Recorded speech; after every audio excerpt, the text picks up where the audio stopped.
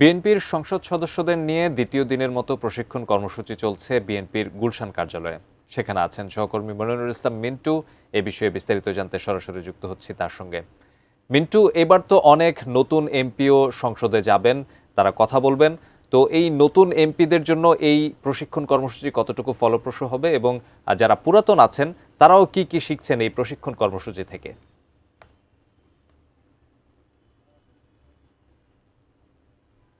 দ্বিতীয় দিনের যে কর্মশালা, সেই কর্মশালার যে প্রথম সেশন সেটি কিছুক্ষণ আগেই শেষ হয়েছে এবং ইতিমধ্যেই বেশ কয়েকজন সংসদ সদস্য তারা গণমাধ্যমে কথা বলেছেন। এর মধ্যে স্বরাষ্ট্রমন্ত্রী এবং বিএনপি স্থায়ী কমিটির সদস্য সালাউদ্দিন আহমেদ, তিনি যেটা বলেছেন যে সংসদের যে কার্যপ্রণালী থেকে শুরু করে বাজেট পাস থেকে শুরু করে যে সংসদ সদস্যের যে নিয়মকানুন সে বিষয়ে মূলত আসলে প্রশিক্ষণ দেওয়া হয়েছে এবং তিনি প্রত্যাশা করেছেন যে নতুন যারা সংসদ সদস্য তাদের মাধ্যমে সংসদ নতুনভাবে কার্যকর হবে। সংসদের যে আগের যে অচল অবস্থা ছিল, এবারে সংসদ সেই অবস্থায় থাকবে না বলে তেমনটি প্রত্যাশা করেছেন। এর পাশাপাশি তথ্যমন্ত্রী জহিরুদ্দিন স্বপন তিনিও কথা বলেছেন। তিনি যেটি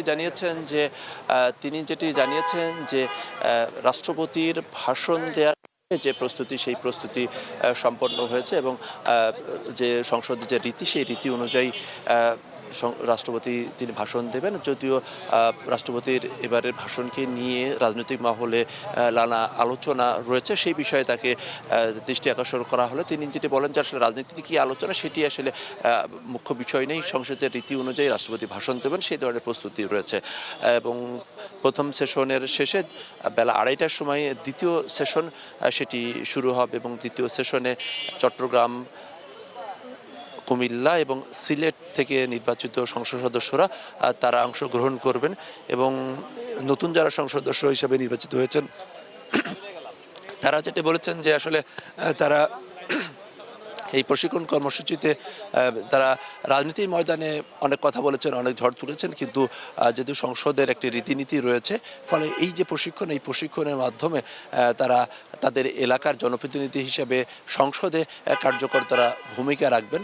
এবং এবার বিএনপি বিপুল সংখ্যাগরিষ্ঠতা নিয়ে সরকার গঠন করেছে এবং 209 জন সংসদ সদস্যের মধ্যে 146 জনই কিন্তু প্রথমবারের মতো নির্বাচিত হয়েছেন।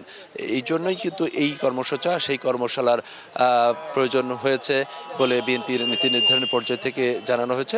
এবং গতকালকে আপনি জানেন যে বিএনপি চেয়ারম্যান প্রধানমন্ত্রী তারেক রহমান এই কর্মশালার উদ্বোধন করেছিলেন এবং সেখানে নতুন যারা সংসদ সদস্য তাদের উদ্দেশ্যে তিনি বক্তব্য দিয়েছিলেন। তো এই প্রথম সেশনটি আজকে শেষ হয়ে গেল, দ্বিতীয় সেশনটা শুরু হবে বেলা 2:30টার সময়।